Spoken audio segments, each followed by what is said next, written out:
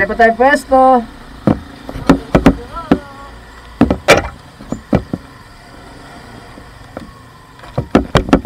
So hindi pa rin tayo pwedeng matulin dito kasi rough road to mga tol. Oh.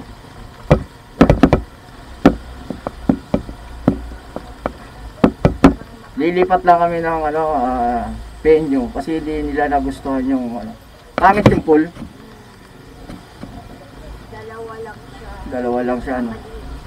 Oo. Sino ba kasi?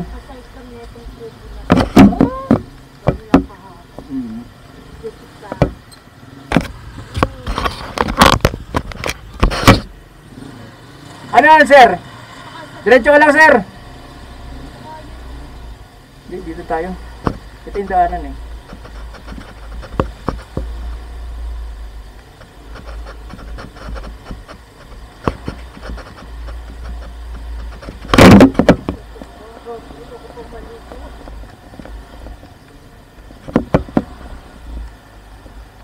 Diskarte dyan, diretso lang. Huwag mo ililiko yung gulong.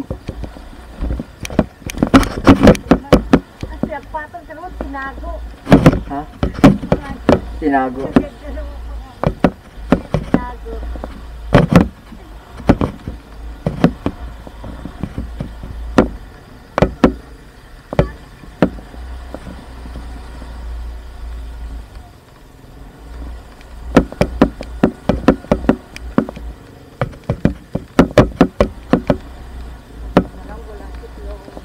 Oo nga. Akala ko maganda. Ang hirap magkagawa. Parang gusto ko na lang.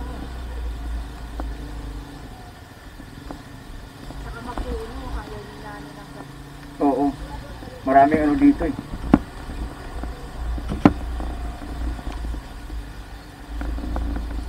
Dapat swimming pool lang, 'di ba?